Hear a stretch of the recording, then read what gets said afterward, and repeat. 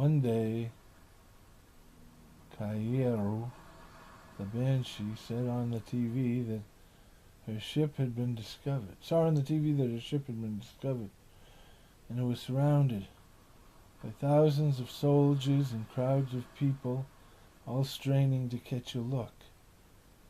She could hear the hum, so she knew that the ship was becoming nervous. So she hurried back to the secret entrance miles away from the ship and walked the tunnel to the ship. Once inside, she sat in the captain's chair. The ship had recognized her, a lowly gardener, as captain because she was the only surviving crew member on board. And this had happened centuries ago. Suddenly her image was being broadcast on all connected devices on the planet.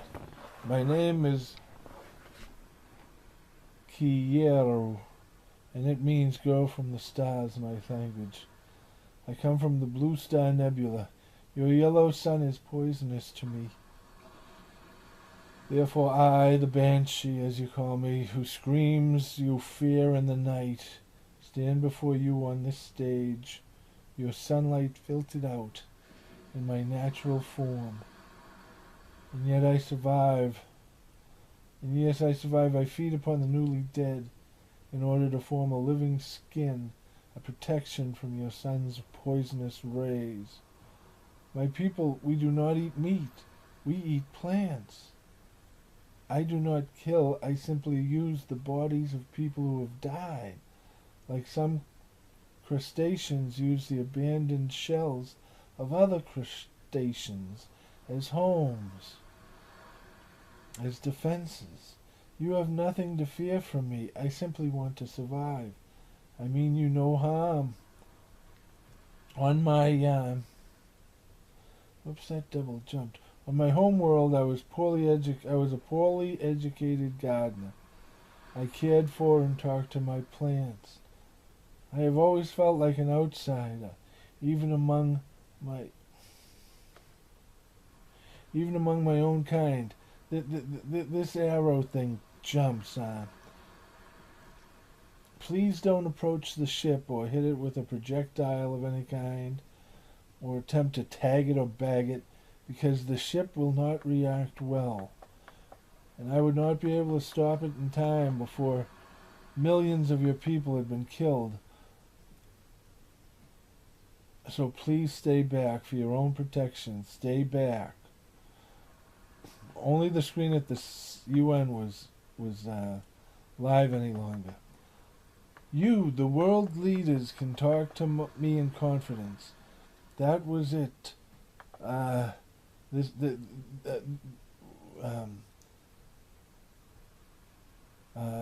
it will remain so. And it will remain so. And it will remain so.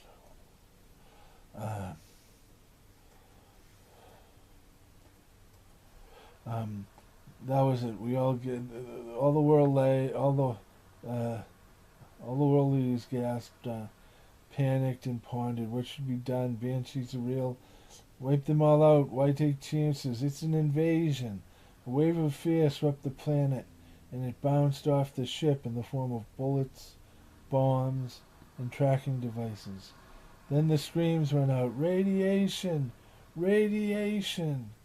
A simple release of radioactive waste, and not overkill, and the area was cleared.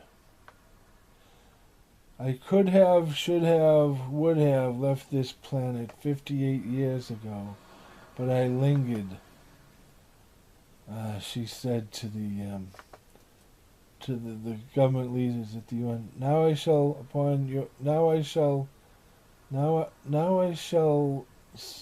stay upon your world no longer. In 7 days I will be leaving your planet. I have helped you, and you have helped me. I thank you, and I thank the biosphere, and I thank this planet for giving me sustenance all these years, all these centuries. And I ask you, I will be vulnerable to your missiles when I leave this planet. I ask you to ensure my safety. A sentient person would know what needed to be done to ensure a safe departure from your planet. On my journey home. But you have become my family. You have become my children. I am asking. The UN met in a side room. They said, can she be trusted? The council voted yes. And then the UN and all of its members signed off on it. She had the world's guarantee. Every government on the planet signed off on it. We would let her depart in peace. So then the day came and we did let her depart in peace. But then as Kiara ship passed behind Mars, so that her ship was invisible to the Earth, it was vaporized by a battery of missiles maintained by the UN Space Command. The world knew nothing of this and never would. Or would they? But I'm getting ahead of myself. Let's start at the beginning. Kiara worked in the gardens upon an Aterian starship exploring deep space when an accident happened on board. And the captain ordered everyone to shelter in place, and then he ordered the ship's computer to find a planet with a biosphere where the ship could set down for repairs. That was the last communication Kiera had with anyone else on the ship until it crash landed on Earth, landing upon the peatlands and sinking in Ireland and sinking into them. Kiera put on her emergency spacesuit and opened the doors to the halls. Okay. And walking the empty corridors, she soon realized that she was... Jeez, I hate how this jumps. She was alone. There was no one else on the ship, alive. From this vantage point, she realized that the ship was sinking and that she didn't have much time. So she gathered up her seeds and a few plants and left the ship. She made her way to a cave where she sat and cried. Even through her spacesuit, her skin still burned from the poisonous yellow sun. What was she ever going to do? How would she survive? She knew that she would have to practice, in the ancient art, science that she knew was within her and become a skinwalker.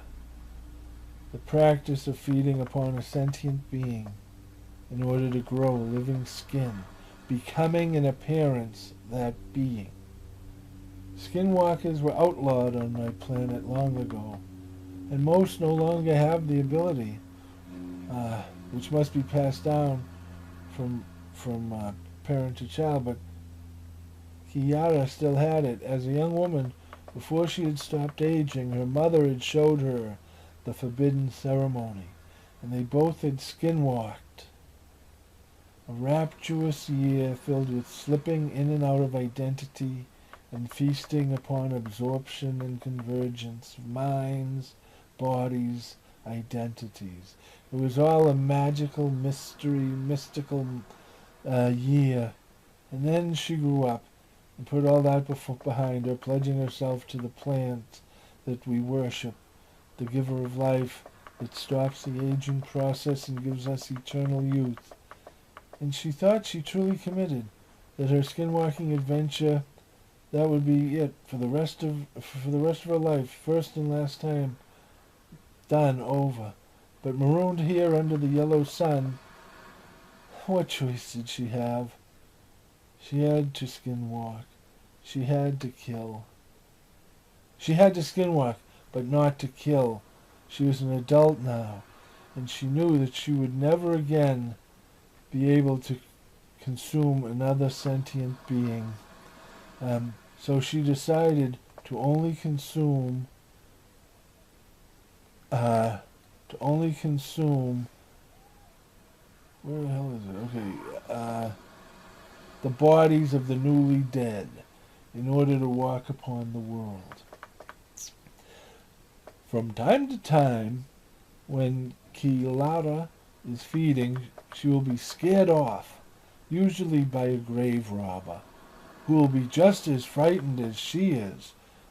And so there have been pictures taken of her in flight from the scene from time to time. But the funny thing about that is, the same picture of her in her natural state will be seen by half the people who view it as a blue-skinned woman with a tinge of green, while the other half of people will view it as a picture of a yellow-skinned woman with a tinge of gold.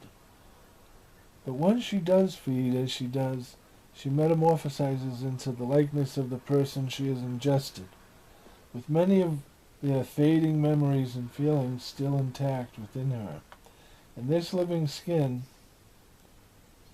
protects her from our sun for years, decades, sometimes even longer, depending upon how much resistance how much resistance there is in the person she consumed, during which time she feeds upon a plant. That is her diet, which is native to her planet, that now grows everywhere on ours, and she is able to walk among us. With a new body, Kiara entered Trinity College, even though she had written most of the books being taught there.